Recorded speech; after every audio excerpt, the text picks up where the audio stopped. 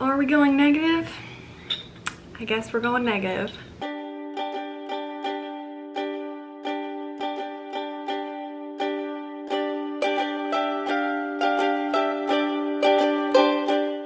Hi, my name is Soleil and welcome back to the Little Reader's Corner. Today I'm doing the video we all thought I was never going to do. You never thought about this a day in your life? Well, I certainly have. Basically, I don't like being negative about books because here's the thing. Most cases, these authors have poured their love and their souls and their time, energy, and money into these pieces of sometimes art, sometimes not. And I don't want to be negative about that, you know? I mean, sometimes they royally fuck up and then you gotta let them know, because otherwise they keep doing it and it gets worse. But we're going off topic. Today I'm doing the anti-TBR book tag. This was originally created by Nicole and her books. I wasn't tagged by anyone. I'm just here. I'm deciding to do this by my own free will. We didn't think this day would come, and yet here we are. So let's talk about books I don't ever want to read. So question number one is, what is a popular book that everyone loves but you are not interested in reading? Now this is a tough question. I think for a while it was Carry On by Rainbow Rowell. It's supposed to be like spin-off of that series we no longer speak of. You know what I'm talking about. I don't know, it just didn't sound interesting to me. I just didn't care, you know? But also there are two books which I never finished. I did technically DNF them, that I'm so not interested in ever picking up again. And those two books are Shadow and Bone and The Red Queen. Oh my gosh, we're finally talking about this. I hate those books. I hate those books so much. So like technically they don't fully address the question because I technically read half of them because everyone was talking about how much they loved those books, and I was like, whatever, they seem fine. They sound like typical like teen YA books, so like why don't we read them? Dear Lord, I think those are two of the most poorly written books I ever attempted to read. Red Queen just made me mad at some point.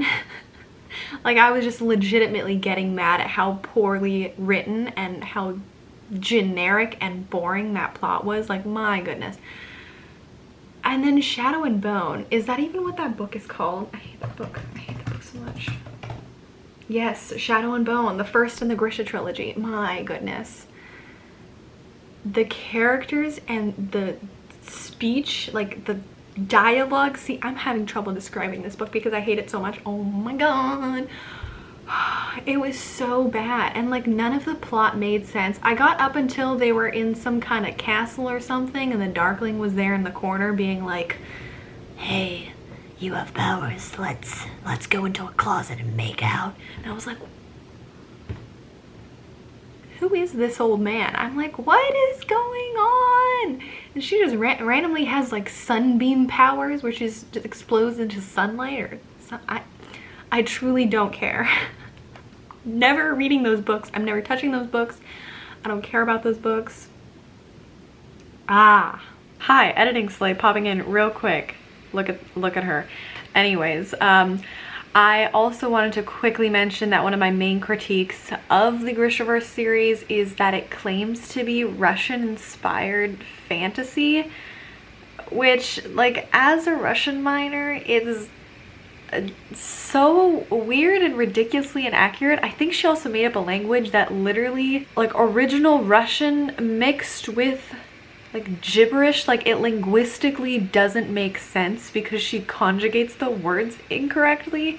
So it's just I could go on with my critiques, but that's what I wanted to pop in here to say. Next question, let's go. Classic book or author you have no interest in reading. There's a lot of classics I don't care about reading. Honestly, I did read Wuthering Heights. I didn't really care about it. That's by one of the Brontes, right? Wuthering Heights. Okay, that's by Emily Bronte. Not interested in reading anything else by Emily Bronte. I think she wrote other things. maybe. I don't know. Charlotte Bronte wrote something else. Yeah, Charlotte Bronte wrote Jane Eyre. I don't care. All of those books, Jane Austen, the Jane Austen books, I don't care. I'm not gonna read Jane Austen. Maybe I will, maybe I'll try it at some point. I just don't want to. So maybe I'll give it a shot, because I never have read any of Jane Austen's work. I'm pretty sure. So, you know, don't knock it till you try. I'm definitely want to try it out at some point. I just have my doubts and I'm not really looking forward to it. So those are a couple classics I just don't care for reading. Question number 3 is an author I'm just not interested in reading. Listen, I mean, Leigh Bardugo, already I disliked Shadow and Bone. I don't anticipate liking any of her other books, and respect her as a person. I just am not interested in the books she writes, which is fine. Opinions are great. Yeah, nothing against her as a human being, as far as I know, but just not gonna read any of Leigh Bardugo's writing. Another one I say, honestly, Cassandra Clare. I did try rereading the first 3 Shadowhunter series, City of Bones, City of Ashes, never got to City of Glass. It was supposed to be a buddy read with Maddie from Princess of Paperback. Maddie, looking at you. Didn't happen. But either way, those books weren't good. Which, granted, they were written in like beginning mid-2000s, maybe like 2009 or something. Did not age well, and I was thinking about continuing the series, but gosh, those books did not help. I own a lot of the Shadowhunters books because I've just collected them from used bookstores because I assumed I would finish reading the series. I'm not so sure anymore. I also recently saw a family tree of everyone from that book series, and it gave me a fright. My goodness, I respect the world building, I respect the character situation and the plots, but like, how the hell am I supposed to remember who's who? I don't know. I don't know. Ooh, question 3.2, if I'm reading that correctly, is a problematic author whose books you have no interest in reading. I mean, here's the obvious choice that is on a lot of our lists, which is J.K. Rowling. I mean, at this point, those books just don't really exist to me anymore, which, you know, we've all gone through our processing since finding out that she's just kind of a terrible human being. So, you know, it's been an adjustment period, and, you know, they're out there, and they had a tremendous impact before we all realized some honest truths, you know, but yikes. Yeah, no, nothing from her. No. I think the thing about problematic authors is there are a lot of authors who do problematic things because they're ignorant or aren't experienced or educated on a certain matter, which after they're called out, sometimes, not always, but sometimes they realize their mistake and they try to do better. And I don't think that should be necessarily held against authors. I think they should be held accountable, but I think if they actually recognize that they did something wrong, and that they maybe tried to speak on a matter that they didn't have much knowledge in, then, you know, we should keep trying to, you know, educate them and keep them accountable. Other authors are just crap people and terrible humans, so those are the ones that are problematic. I never would have wanted to read Stephen King's work, but seeing as he's a problematic human and I don't care about thrillers, I'm never going to touch any of his books anyways, so no problems there. I think those are the main ones. I'm sure there's many more that I'm just not thinking of right now. Question number 4 is an author you've read multiple books from and decided aren't for you. You know what's actually a real bummer is I really enjoyed When Dimple Met Rishi by Sanya Menon. Loved that book. Absolutely loved that book. Then I started reading Of Curses and Kisses, and I was really excited because I loved When Dimple Met Rishi, but also I'd read that a couple years before. And I started reading this like new kind of contemporary fantasy. It's basically like a twist on Beauty and the Beast.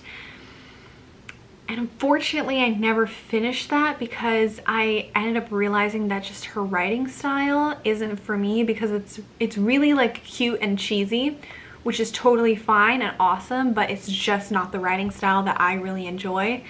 So I'm not necessarily not going to read any more of her work. I think I'm just going to wait until maybe if she writes an adult book or something on a different subject. I don't know.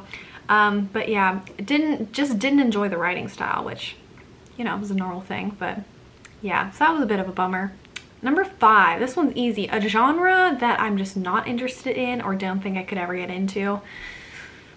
So I don't want to immediately cancel out thrillers because I thought I wouldn't be interested in like suspense thrillers that are like a little on the lower side, but then I read Mexican Gothic, and Mexican Gothic is a fan-fucking-tastic book.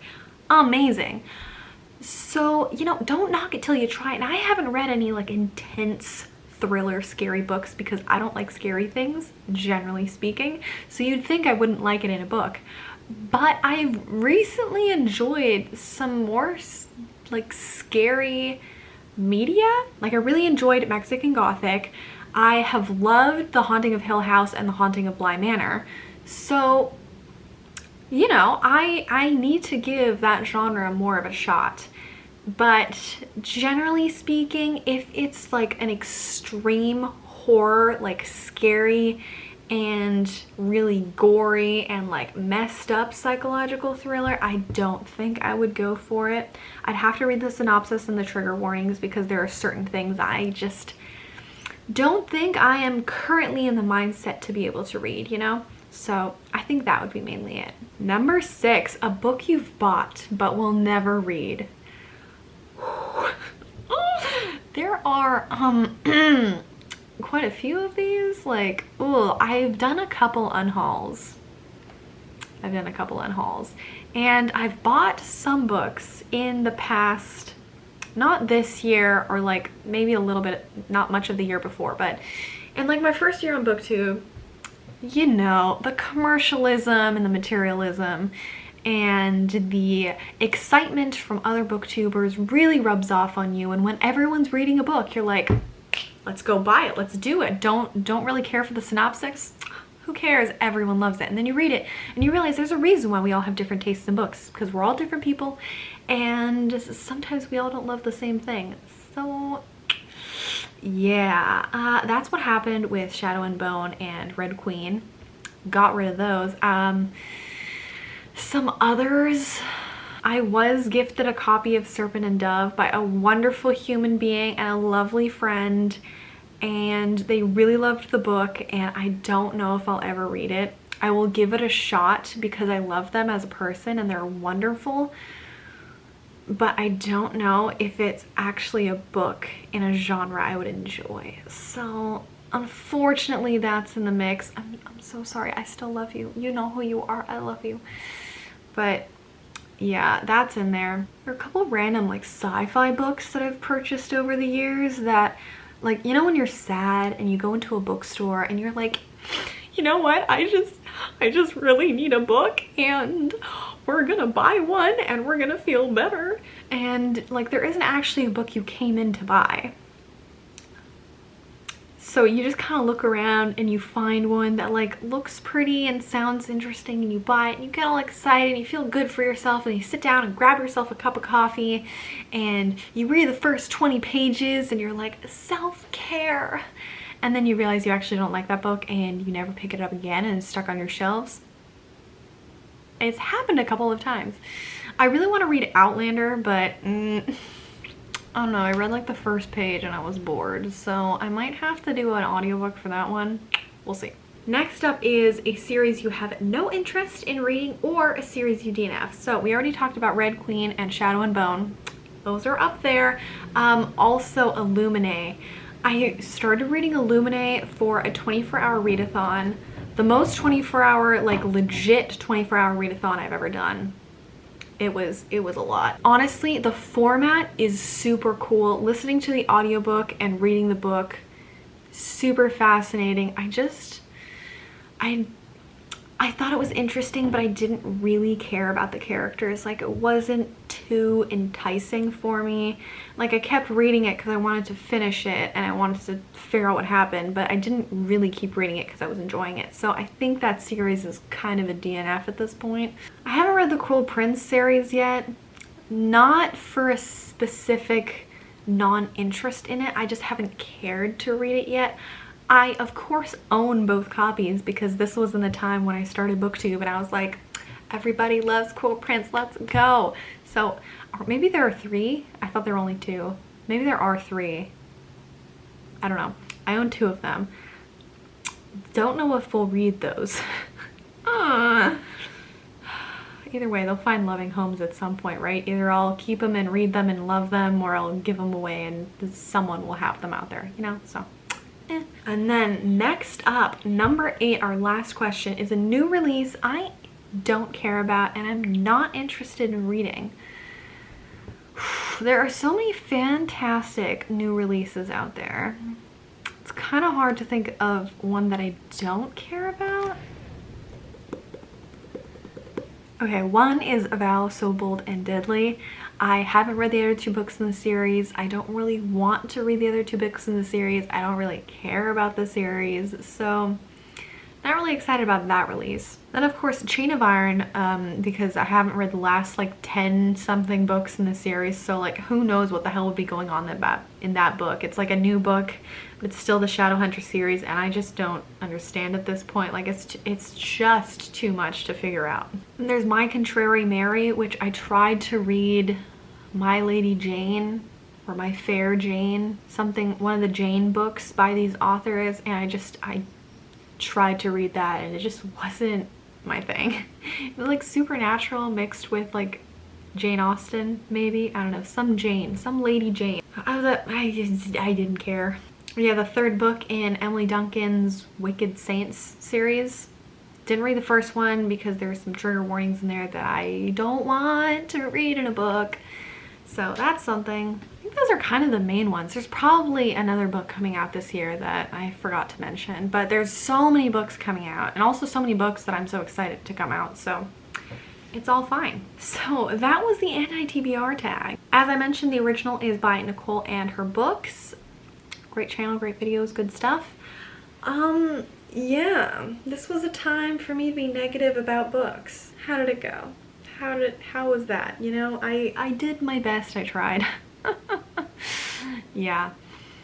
Well, anyways, thank you so much for watching. If you dislike these books as well, let me know down below because I know there's a lot of fans about these books. And if you love these books and I didn't like them, please don't take personal offense. It's nothing against you or your reading taste or the author.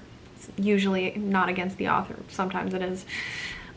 We just all have different reading tastes, and that's fine because otherwise bookstores would only have like 3 books.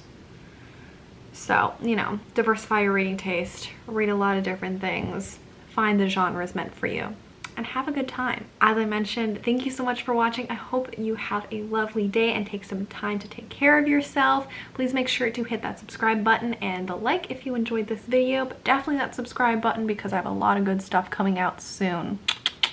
So, thanks. Bye.